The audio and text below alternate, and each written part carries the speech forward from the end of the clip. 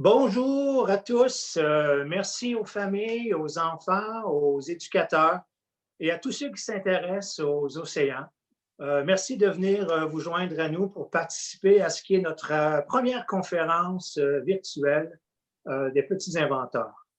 Mon nom est Christian Riel. Je travaille dans un organisme du gouvernement fédéral qui est responsable de faire en sorte que les chercheurs et les ingénieurs ici au Canada reçoivent de l'argent pour pouvoir faire leurs différents projets de recherche. L'organisme comme tel s'appelle le Conseil de recherche en sciences naturelles et en génie du Canada. Alors, on peut voir, c'est long, je vous mets au défi, là, essayez de me répéter ça 3 fois rapidement, c'est pas évident. Alors, c'est pour ça qu'on dit souvent le CRSNG, ça fait plus simple, c'est plus court. Alors aujourd'hui, c'est une journée bien spéciale, c'est la journée mondiale des océans. Et à travers le monde, présentement, il y a des millions de personnes qui, comme vous, connaissent l'importance des océans pour la planète, l'importance des océans pour nous-mêmes. Alors, c'est une belle occasion pour souligner l'importance qu'on doit apporter aux océans. Comme vous le savez, les océans, c'est un peu comme le poumon ou les poumons de la planète, car ils fournissent la majorité de l'oxygène que nous respirons. Les océans couvrent 70% de la Terre, donc c'est un peu pour ça qu'on appelle notre planète la planète bleue. Les océans apportent un mode de vie pour plusieurs gens qui vivent surtout sur les rives, hein, sur les côtes. Il y a aussi, bon, c'est évident, beaucoup de poissons, donc c'est une source de nourriture importante pour plusieurs personnes. Et les océans jouent un rôle quand même très, très, très important au niveau de la météo, n'est-ce pas? Alors, malgré tout ça, malgré l'importance que revêtent les océans pour nous tous, eh bien, malheureusement, on les néglige. Alors, au point où même certains chercheurs prétendent que d'ici 2050 environ, donc dans une trentaine d'années, il risque d'avoir plus de plastique que de poissons dans les océans. Alors, c'est pour ça que nous sommes ici aujourd'hui, c'est pour savoir, c'est pour apprendre qu'est-ce qu'on peut faire ensemble pour améliorer la santé des océans. Alors, tout d'abord, il y aura un expert des océans, une experte, un expert qui viendra nous parler des principaux défis auxquels on fait face quand ça en vient à la santé des océans. Alors, j'en profite pour saluer Céline. Bonjour Céline. Bonjour. Et il y a aussi par la suite notre amie Catherine. Bonjour Catherine. Bonjour. Qui va se joindre à nous pour nous parler du défi des petits inventeurs, du défi qui, justement, invite les jeunes du Canada à mettre en place, à inventer, à imaginer des inventions qui pourraient servir à améliorer la santé des océans. Oh, un instant, j'entends quelque chose qui rentre à la dernière minute. On me dit que on a un message important d'une personne de marque à vous présenter. Alors, je vais demander à Jessie de la préparer. Alors, je vous présente l'honorable Navdeep Bains. C'est le ministre de l'Innovation, des Sciences et de l'Industrie qui veut vous adresser quelques mots.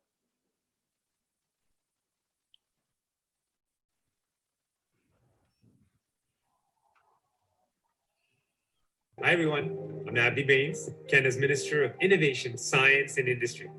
I'd like to wish you a happy World Oceans Day. Even though we can't be together in person, we can still work together to protect our oceans. Saviez-vous que les océans couvrent plus de 70% de notre planète? Ils sont essentiels à la vie sur Terre. But as you know, overpopulation and industrialization have taken their toll. That's why we've launched the NSERC Little Inventors Challenge mission, which is to protect our oceans. Donc, mon défi pour vous est de trouver des idées créatives et de désigner des inventions incroyables pour nous aider à protéger les océans. I'm confident that with the use of science and our best creativity, together, we can create a better future for our oceans. Visit the website and get involved today. Thank you very much. Merci beaucoup.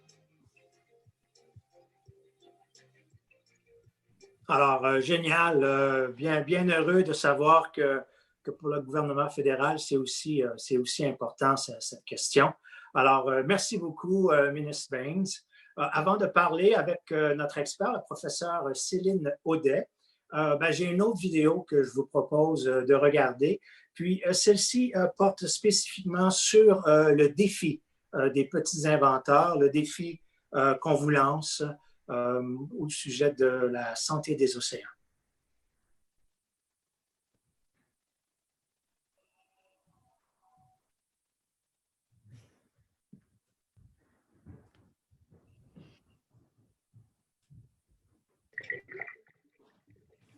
Les océans couvrent 70% de la planète.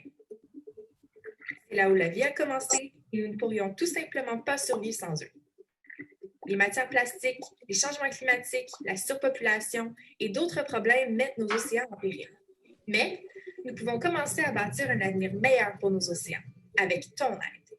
Nous sommes persuadés que tu peux trouver des idées géniales pour protéger les océans et toutes les formes de vie qui nous entourent.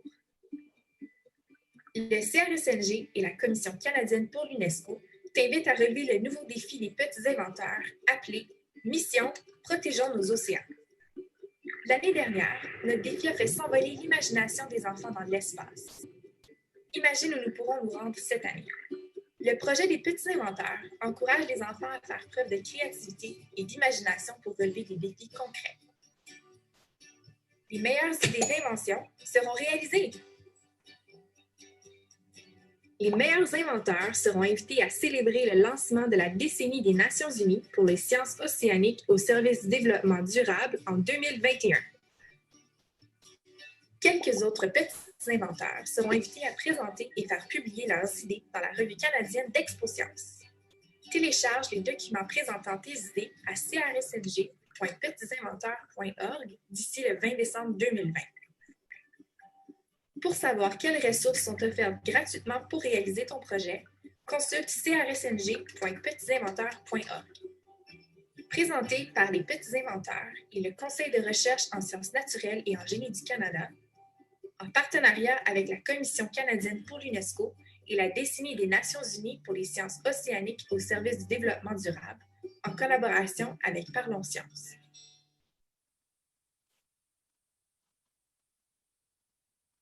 Excellent. Merci. Alors, comme vous pouvez le voir, on demandera aux enfants de partout au pays de proposer des inventions intéressantes. Mais pour vous aider aujourd'hui à trouver des bonnes idées, nous parlerons avec quelqu'un qui connaît très bien les océans. Alors, ensemble, accueillons Céline Audet, professeure émérite en écophysiologie et en aquaculture à l'Institut des sciences de la mer de Rimouski. Alors, bonjour Céline. Bonjour. Comment ça va aujourd'hui? Ça va très bien. C'est super. Alors moi, là, j'avoue, là, écophysiologie, là, je trouve ça épatant comme nom, mais je ne comprends pas trop. Est-ce que vous pourriez peut-être prendre quelques minutes pour nous expliquer exactement c'est quoi ça, une écophysiologiste des organismes aquatiques? Bien sûr. C'est qu'en fait, vous savez, les physiologistes, dans la vie, ce sont les biologistes qui vont étudier comment un organisme fonctionne.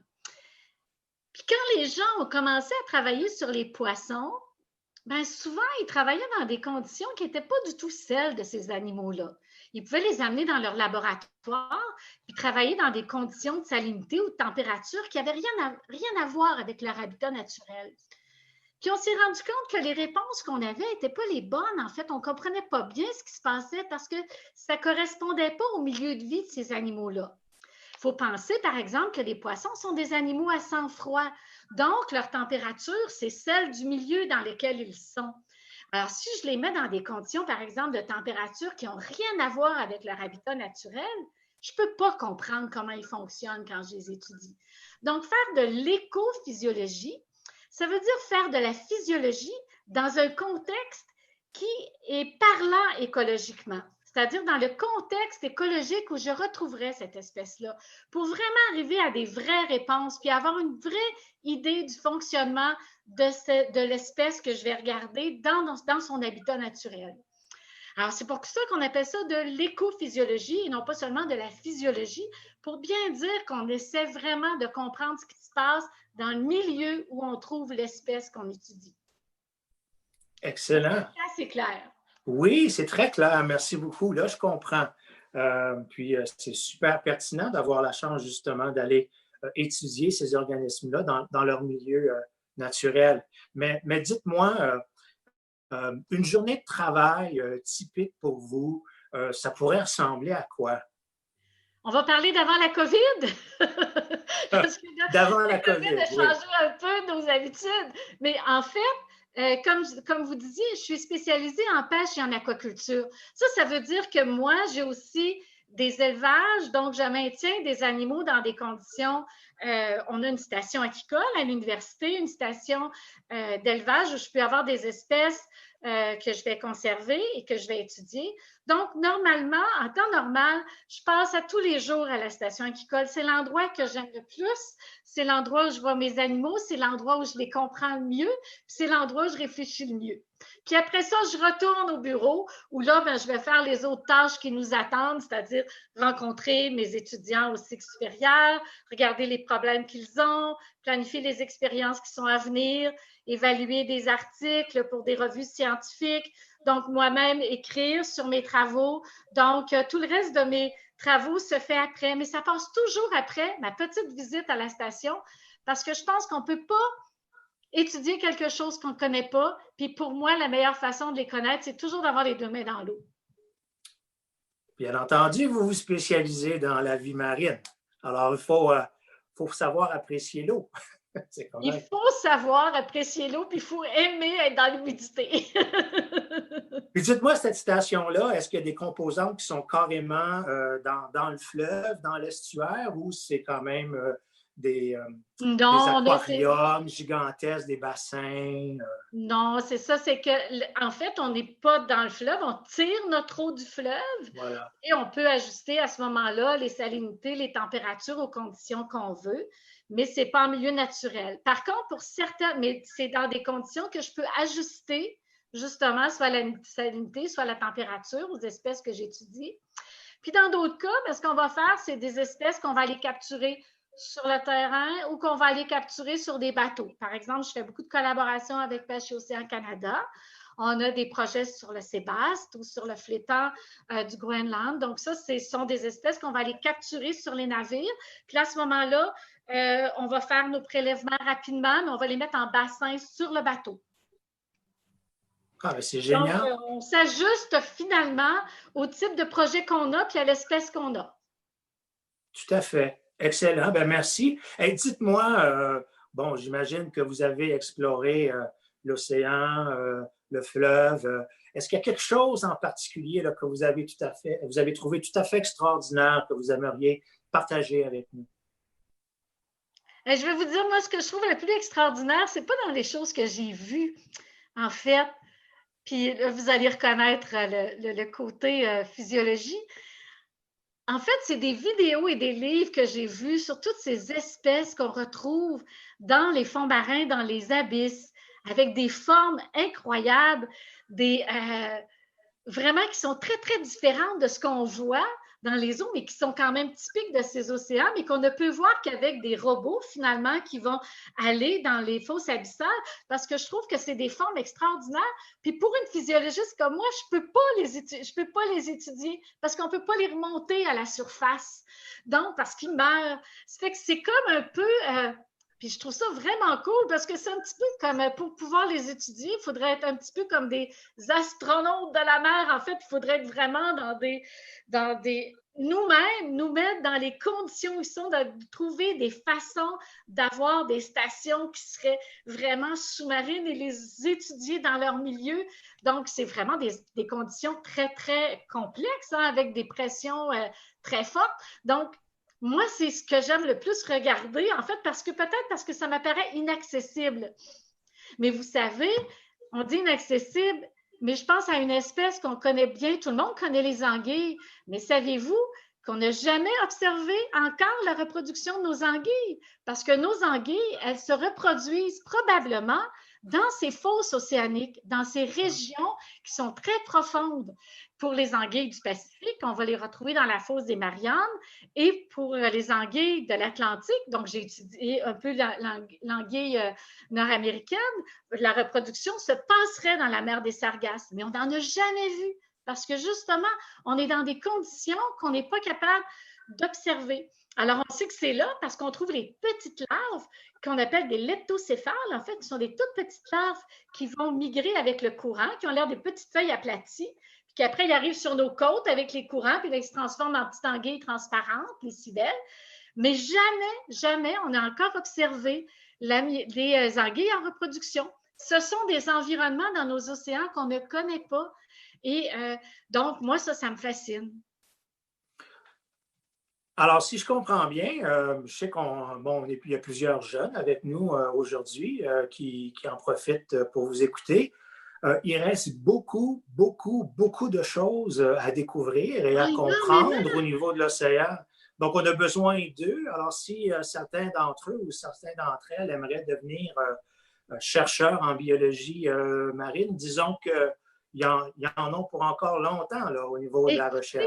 C'est incroyable. Il y a souvent, les gens vont dire des poissons.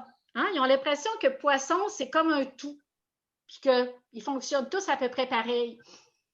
Mais imaginez-vous, personne ne penserait que dans les mammifères, un chat et un chien, c'est la même chose. Hein? Puis que la physiologie d'un chat et d'un chien, c'est la même, pas plus que ce serait celle d'un éléphant ou de n'importe quel autre mammifère. Les poissons, c'est pareil. À chaque fois que j'ai une espèce différente de poisson, les questions que je vais me poser sont différentes, mais on n'est pas assez pour tous les étudier. Et en plus, les poissons, ils nous jouent des tours, les poissons marins. Je vais vous parler d'une espèce que j'étudie, entre autres, qui s'appelle la plie rouge. C'est une espèce qu'on trouve en milieu côtier. Mais la plie, quand elle naît, c'est une toute petite larve de 3 mm de longueur qui va vivre en surface de l'eau. En surface de l'eau, c'est les courants qui vont l'amener ailleurs. Mais donc, c'est une espèce qui va manger du zooplancton. Ce n'est pas du tout un poisson plat. C'est une toute petite espèce qui a une symétrie bilatérale comme les autres, en fait, qui ressemble à un petit poisson. Puis à un moment donné, elle se métamorphose. Elle change sa forme et elle va migrer sur le fond. Donc, l'animal que j'étudie quand c'est une larve, puis l'animal que j'étudie quand c'est un juvénile, c'est deux choses. Donc, même à l'intérieur d'une même espèce, c'est comme si je travaillais avec deux espèces différentes. Fait que ça, c'est juste un exemple. Mais pouvez-vous imaginer comme on ne connaît rien encore sur la biologie des poissons? Il y a de l'ouvrage, il y en a pour... Puis il y a tellement d'espèces différentes, puis il y a tellement d'habitats différents qu'il y en a pour des décennies de recherche. Alors, c'est loin d'être un milieu où on connaît tout. Au contraire, on ne connaît que très peu de choses. Bon, ben de là l'importance de bien protéger ces océans, j'imagine, le temps qu'on puisse découvrir les trésors, parce que je suis sûr qu'on peut parler de trésors dans ce cas-là, que les océans de la planète cachent encore. Mais dites-moi, ces océans qui sont, un peu en péril, un peu en danger, là, d'après vous, c'est quoi le plus grand défi auquel on fait face présentement? Écoutez, les défis sont nombreux. On peut penser au changement climatique, on peut penser à tout ce qui concerne la navigation maritime, on peut penser à tout ce qui concerne les plastiques. Mais pour moi, le principal défi, peut-être à cause de ma formation justement, c'est le maintien des populations de poissons qu'on a dans nos océans. Vous savez que la FAO, qui est l'Organisation des Nations Unies pour l'agriculture et l'alimentation, dans ses derniers rapports, souligne que dans le monde, 80% des stocks de poissons sont surexploités ou exploités au maximum. Et donc, même exploités au maximum, ça veut dire que n'importe quelle variation de leur environnement qui peut amener un stress supplémentaire peut suffire à anéantir une population.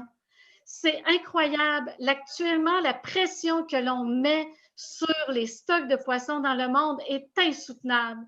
Et pour moi, ça, c'est le défi majeur parce que c'est Puis c'est sûr que l'humanité a besoin des ressources marines pour se nourrir. On sait qu'on fait cette exploitation-là en grande partie pour nourrir l'humanité. Mais il faut trouver des façons autres que celles qu'on utilise actuellement parce qu'autrement, effectivement, on va vider nos océans. Donc, il faut penser à une autre façon de les exploiter. Il faut penser à la préservation des milieux où on va retrouver la reproduction. Il faut penser à garder assez de géniteurs dans les stocks pour renouveler les populations. Il faut penser à garder des couloirs de migration. Il y a tellement de choses qu'on doit faire et améliorer parce que, et pour moi, ça, c'est le plus grand des défis. Merci. Alors, au cours des derniers mois, on a souvent entendu qu'il fallait relever l'énorme défi de COVID-19 ensemble, que c'était important que tout le monde travaille ensemble pour essayer justement d'aplatir cette fameuse courbe. On peut dire la même chose au sujet des océans, c'est-à-dire qu'il faut prendre soin de ces océans pour tout le monde, mais il faut aussi que tout le monde s'y mettent. Alors, ce n'est pas juste une question là, des gens qui vivent sur les littorales ou sur les côtes, c'est vraiment tout le monde qui en ont besoin.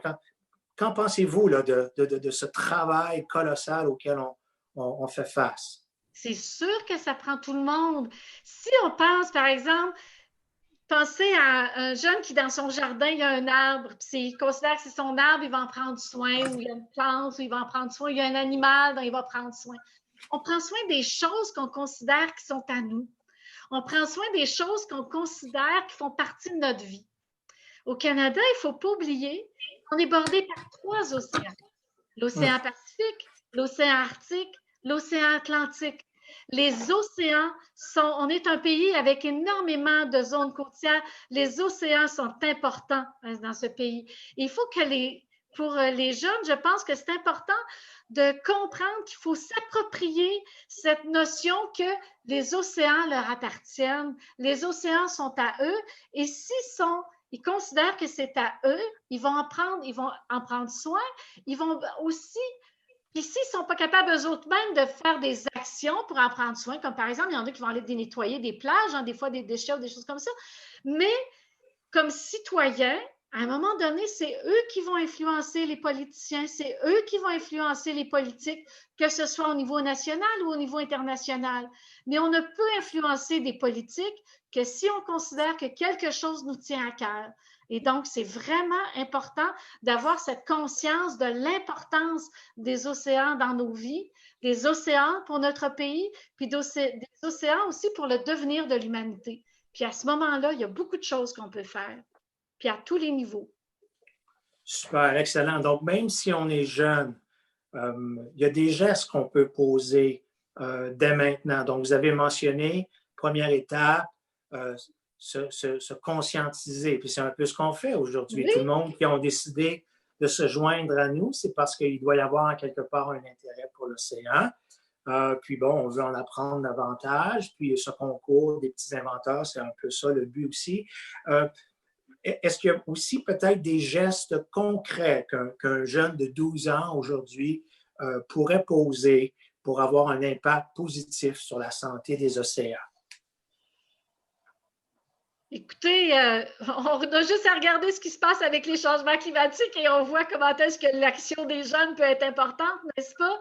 Oui. Mais tous les gestes comptent. Vous savez, il y a beaucoup d'initiatives à un moment donné qu'on voit, par exemple, aller sur un milieu côtier, nettoyer la berge des plastiques qu'on va y retrouver.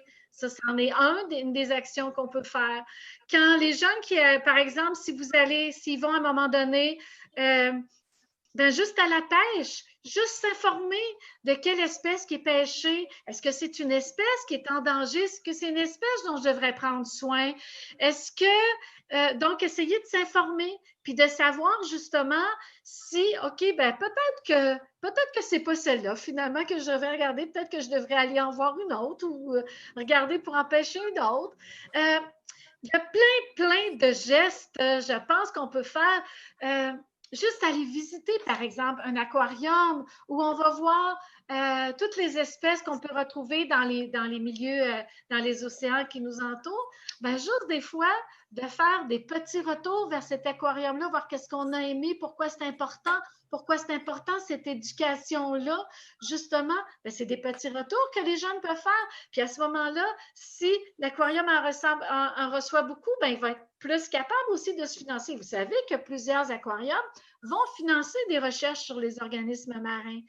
Donc, je pense qu'il y a plein de petites choses qui peuvent être faites.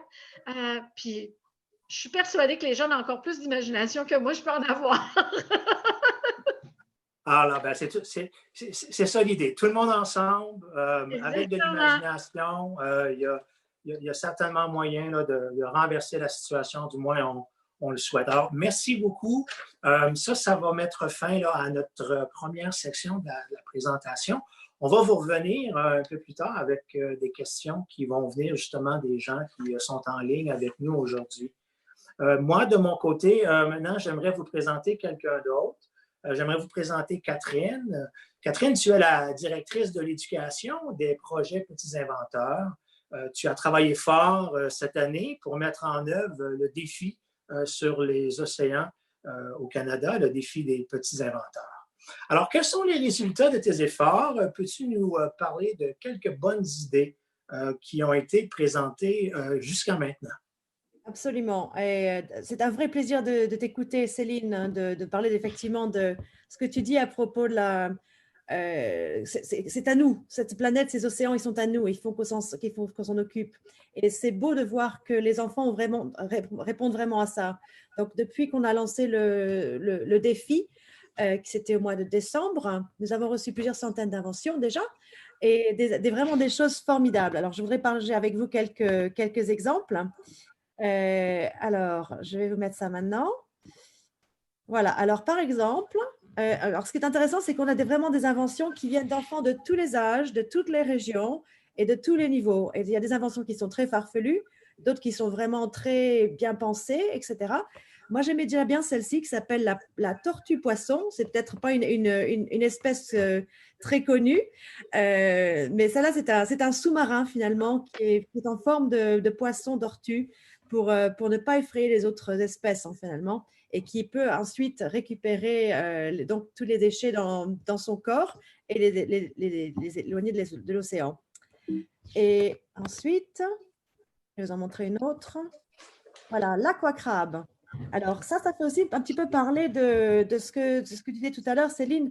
C'est une invention qui peut aller au fin fond de l'océan et qui est là pour ramasser des déchets, mais qui aussi a une lumière et qui peut qui peut nous permettre de voir des choses que normalement on ne voit pas très facilement justement dans le fin des océans. Donc peut-être une invention très utile pour découvrir des choses, même sur les anguilles, ce qu'elles sont en train de faire, on va savoir.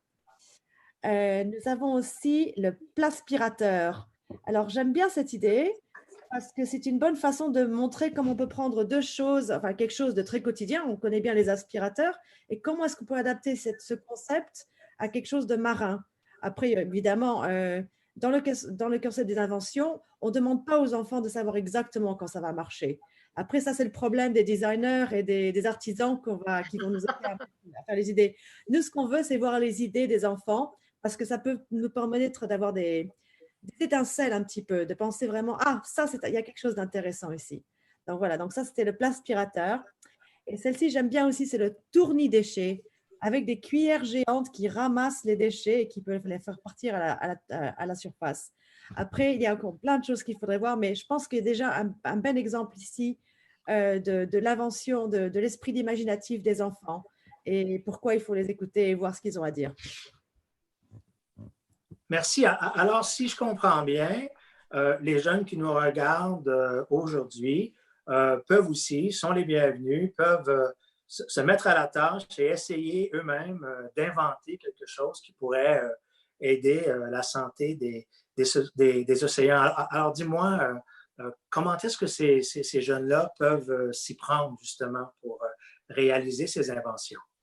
Absolument. Alors, le plus simple, je vais vous montrer encore quelque chose maintenant. Donc, c'est d'aller sur notre site des petits inventeurs. Je vais remettre ça un peu mieux. Voilà. Oups, c'est reparti, ça revient. Voilà. Donc, allez sur le site crsng.petitsinventeur.org. Vous trouverez dessus beaucoup de ressources qui sont toutes gratuites d'ailleurs. Et ça peut se faire à l'école, ça peut se faire à la maison. On n'est pas obligé d'être à l'école avec son prof pour le faire. C'est bien aussi à l'école. Mais il y a plein de choses qui sont, regardez ici, pour apprendre plein de choses sur comment s'occuper des espèces, les différents types de pollution. Il n'y a pas que le plastique, il y a les problèmes du bruit dans l'océan, il y a les problèmes de l'huile aussi, par exemple, mais aussi l'importance des océans dans les conditions météorologiques. Ce sont des choses qui sont très importantes et il y a toujours il y a plein de défis à relever à partir de ça. Donc, vous pouvez aller sur le site, trouver ça. Et après, il faut juste, en fait, c'est faire un dessin et faire son invention. Donc, ce n'est pas plus compliqué que ça. Il ne faut pas être un artiste particulièrement. Nous, ce qu'on veut, ce sont les idées. Et on se régale à chaque fois de les voir tous les jours. C'est un plaisir. Il n'y a pas une seule idée que je n'ai pas vue qui ne m'a pas fait sourire ou qui m'a fait réfléchir. Et ça, je pense que c'est le plus important. Les enfants peuvent nous aider à réfléchir à de vrais problèmes. Super, excellent. Alors, j'invite tous ceux qui écoutent à aller visiter le site Internet pour justement obtenir ces informations, faire votre dessin de votre invention, puis de nous la faire parvenir.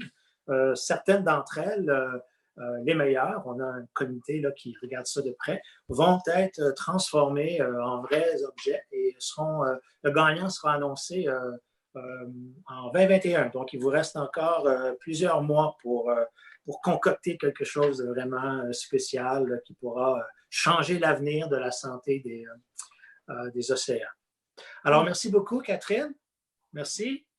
Alors, là, on va passer à des questions en ligne. Alors, je sais que Jessie travaille en arrière-plan pour essayer d'orchestrer tout ça, mais je me disais peut-être qu'il y avait Madame Lavoie de Surrey, en Colombie-Britannique. Est-ce que vous êtes toujours en ligne, Madame Lavoie? Ah, je vois Madame Crevier. Madame Crevier, est-ce que vous avez des questions de votre côté pour notre spécialiste? En fait, je n'ai pas reçu de questions d'élèves. Par contre, moi, je serais curieuse de savoir quel genre d'études on doit faire parce que lorsque vous m'expliquiez votre métier, je trouve que ça donne vraiment envie de faire ce métier de chercheur. Quel genre d'études qu'on doit faire à l'université pour obtenir ce type d'emploi? En fait, moi, j'ai fait mes études en biologie et puis je sais pas, c'est un concours de circonstances où je suis venue à travailler sur les poissons. En fait, j'avais commencé ma maîtrise à l'époque après les 3 premières années d'université dans un domaine qu'on appelait l'histologie. Donc, on faisait l'étude de tissus, mais j'avais pris pour modèle un poisson. Alors, j'étudiais quelque chose sur le système nerveux. Je ne rentrerai pas dans les détails, mais c'était vraiment assez complexe. Et mon patron m'a envoyé à un séminaire de 2 semaines qui était donné par des gens un peu partout dans le monde. Et à l'époque, c'est l'OTAN qui organisait ça. Et c'était sur la physiologie des poissons. Et c'était des gens extraordinaires. Moi, c'était des gens qui avaient Moi, j'ai vu pendant ces 2 semaines-là des personnes qui avaient passé leur vie à étudier les poissons dans toutes sortes de contextes, puis ils nous contaient des histoires fabuleuses. Puis là, je suis revenue de ça, puis là, je savais ce que je voulais faire dans la vie. Et donc, j'ai continué mes études dans ce sens-là, c'est-à-dire que j'ai continué ma formation comme chercheur. Une formation comme chercheur, c'est un petit peu long, donc j'ai fait mon doctorat, mon post-doctorat, et je me suis retrouvée à Rimouski pour travailler comme chercheur. Mais c'est vraiment ces 2 semaines-là passé avec des passionnés du domaine qui m'a décidé à faire ça. C'est pas ce que j'avais eu dans mes études avant. Alors, il y a des fois, il y a des concours de circonstances comme ça dans la vie. Puis je pense que de rencontrer des gens passionnés aussi, ça fait toute la différence. Comme vous, hein? Oui, tout à fait. Merci. Je crois aussi qu'on a la famille Émilie Théo de Toronto en ligne. Auriez-vous des questions pour notre expert aujourd'hui?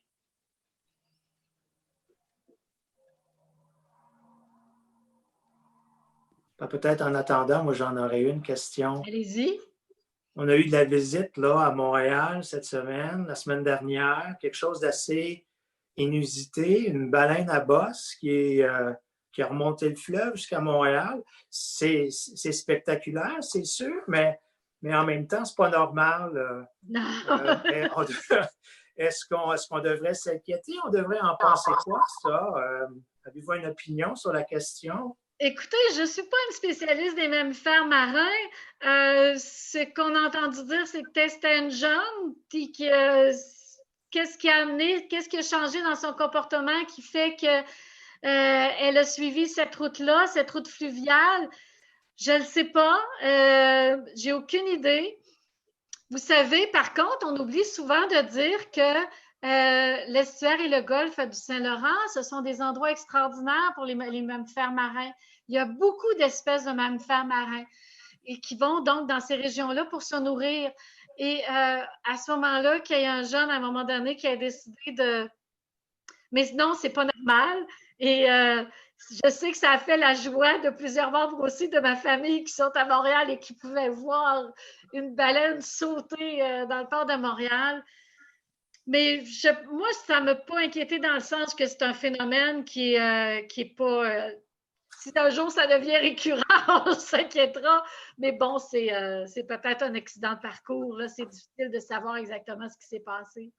C'était exceptionnel, certainement. C'était exceptionnel, c'est ça. Mais inspirant, n'est-ce pas? Puis bon, peut-être une belle façon justement de faire prendre conscience aux Montréalais que la mer n'est pas si loin que ça. L'océan n'est pas si loin que ça. Exactement. Alors là, j'aurais passé peut-être là à Madame GL. Madame GL, on me dit que vous auriez une question. Oui, en effet, les élèves m'ont posé 2 questions. Oui. Une était déjà donc répondue de madame, merci. C'était pour devenir une écophysiologiste, quel programme faut-il suivre? Donc, c'est une question assez populaire. Merci madame pour votre réponse. Et l'autre, c'est à propos de l'anguille, c'est généralement comment la reproduction de l'anguille diffère-t-elle de la reproduction d'un organisme marin? Alors, pouvez-vous me reposer la question, juste que je comprenne bien? Je ne suis pas certaine d'avoir bien compris. C'est parce que le son est coupé. Et donc, la deuxième question, c'est généralement, et comment la reproduction d'une anguille diffère-t-elle de la reproduction d'un organisme marin? OK. En fait, c'est un organisme marin, mais c'est très particulier. Alors, l'anguille, ce qu'elle va faire, c'est qu'on sait qu'elle se reproduit en mer, parce qu'on retrouve, comme je disais, les larves en mer, mais les jeunes les toutes petites larves vont être emportées par les courants vers les milieux côtiers. Et là, l'anguille va aller en eau douce pour croître, pour devenir plus grosse. C'est ce qu'on appelle une espèce catadrome. Donc, je ne veux pas rentrer dans les considérations trop techniques, mais c'est une espèce qui va vivre une partie de sa vie en eau douce, mais qui va se reproduire en eau de mer. Donc, quand elle est assez grosse, quand elle a fini sa croissance, elle entreprend sa longue migration de retour vers son lieu de reproduction. Et ça, mais j'ai une belle histoire à vous conter là-dessus. Parce que je vous disais qu'on ne les a jamais vus se reproduire. Mais j'ai des amis, j'ai des chercheurs à Pêche Océan Canada. Ce qu'ils font, c'est que comme on ne sait pas où est-ce qu'on pense on est presque sûr qu'elles se reproduisent dans la mer des Sargasses, en fait, puisqu'on trouve les larves là, mais on ne les a jamais vues se reproduire. Puis on ne connaît pas vraiment leur migration. Alors, ce qu'ils font, c'est qu'ils attrapent des anguilles dans l'estuaire et dans le golfe, puis ils leur mettent des balises GPS qui vont leur coller sur la peau. Et là, puis c'est des balises qui, à un moment donné, on appelle ça des pop-up. À un moment donné, la balise se relâche, puis elle va en surface. Puis on peut suivre les données GPS, puis savoir c'est quoi son parcours, les salinités où elle a été, les profondeurs et tout ça. Mais c'est très compliqué parce que, 1, ça coûte très cher. 2, on ne peut pas en marquer plusieurs. Et donc, ils en marquent, je ne sais plus combien mes amis en marquent, mais là, après ça, ils essayent de les suivre. Mais bon, il y en a qui pensent qu'il y a des anguilles qui vont aller se frotter sur les rochers pour s'enlever ça sur le dos parce que ce n'est pas vraiment très, très ergonomique pour elles quand elles nagent. Il y en a d'autres qui se font manger, fait que c'est pas... Donc, et finalement, c'est souvent, ils vont se retrouver avec beaucoup beaucoup d'efforts à suivre le parcours pendant une certaine partie de la migration, mais du parcours d'une ou deux anguilles. Donc, c'est super intéressant, c'est super cool comme étude, mais c'est des études qui coûtent vraiment très cher. Mais donc, mais c'est ça, on n'a pas tout son cycle de vie au complet, on ne connaît pas tous. Alors, ça diffère des autres espèces marines dans le sens qu'elle passe une partie de sa vie en eau douce, mais sa reproduction est vraiment en milieu marin. Ce qui est vraiment important de comprendre au niveau des anguilles, savez-vous que c'est des animaux qui sont sur cette terre depuis 10 millions d'années, mais qui sont en train de disparaître actuellement. En quelques décennies, on a vu les populations diminuer de beaucoup. Et donc, nos efforts de conservation, c'est très compliqué quand on ne sait pas c'est quoi le stock de reproducteurs, combien de reproducteurs dans l'océan, combien il y en a qui réussissent à retourner sur les zones de frai. Donc, si on veut assurer la conservation de cette espèce-là, il faut trouver des moyens pour mieux la connaître. Donc, je ne sais pas si j'ai répondu à vos questions. Je sais que j'ai fait une digression un petit peu longue, là, mais j'aime beaucoup ce sujet-là. Mais c'est quand même fascinant. Merci, madame. J'ai une autre question, si vous avez le temps. Donc, la question, c'est, on dit qu'il nous reste 96% de l'univers à découvrir. Est-ce qu'on connaît le pourcentage pour les fonds océaniques? Ah, je ne pourrais pas vous le dire, mais ce que je peux vous dire, c'est que je ne connais pas une espèce de poisson qu'on connaît comme il faut. Puis les habitats qui sont dans nos océans, on ne les connaît pas tous. Et aussi, on ne connaît pas la biodiversité qu'il y a dans la plupart des habitats océaniques. Je pense qu'en grande partie, les océans, c'est une mer d'inconnus. Et il y a tellement de choses encore à découvrir. Excusez-moi, j'ai une question. Oui, vas-y, pose-nous ta question. Comment est-ce que tu captures les animaux dans l'océan? Je crois que la question, c'est comment est-ce qu'on capture les poissons dans l'océan? Est-ce que c'est ça?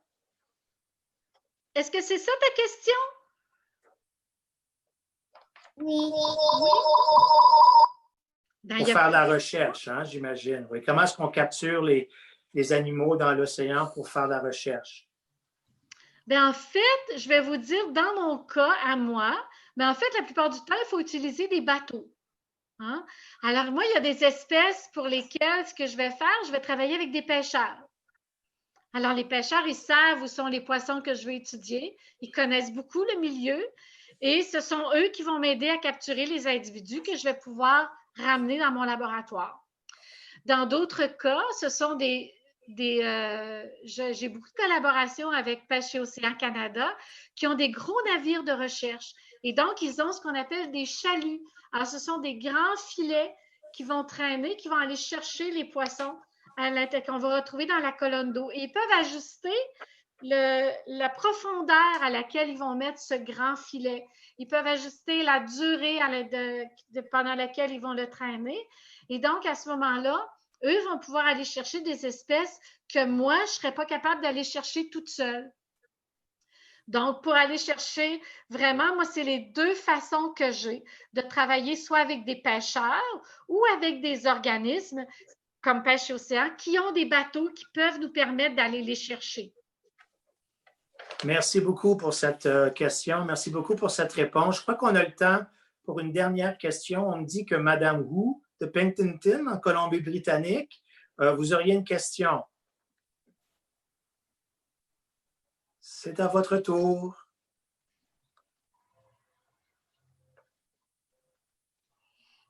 Sinon, moi, je vais terminer avec une dernière question. Oh, si vous pouviez inventer quelque chose. Je ne l'ai pas vu, la question, mais elle a passé vite fait. Est-ce qu'il y a moyen d'entendre la question?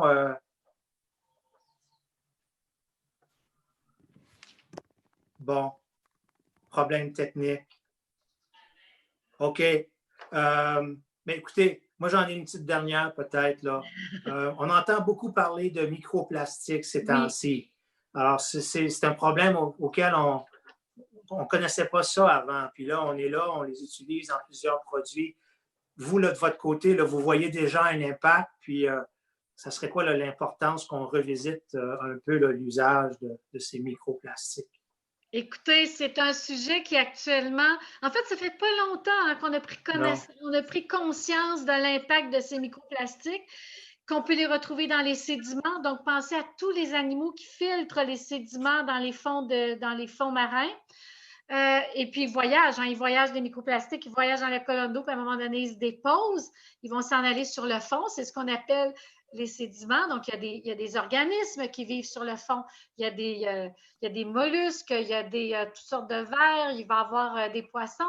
Donc, et on sait qu'ils vont rentrer probablement dans la chaîne alimentaire. Puis, ils sont souvent aussi associés à des polluants. Donc, c'est un énorme problème parce qu'on ne l'avait pas vu venir. Et là, ça suscite actuellement chez les gens qui font ce qu'on appelle de l'écotoxicologie, c'est-à-dire de la toxicologie aquatique, mais aussi dans des conditions naturelles, de voir qu'est-ce qui se passe, c'est quoi le devenir de ces microplastiques. Et il faut vraiment qu'on se questionne beaucoup parce qu'on en a mis partout à un moment donné. C'est devenu, l'industrie les a utilisés en différents...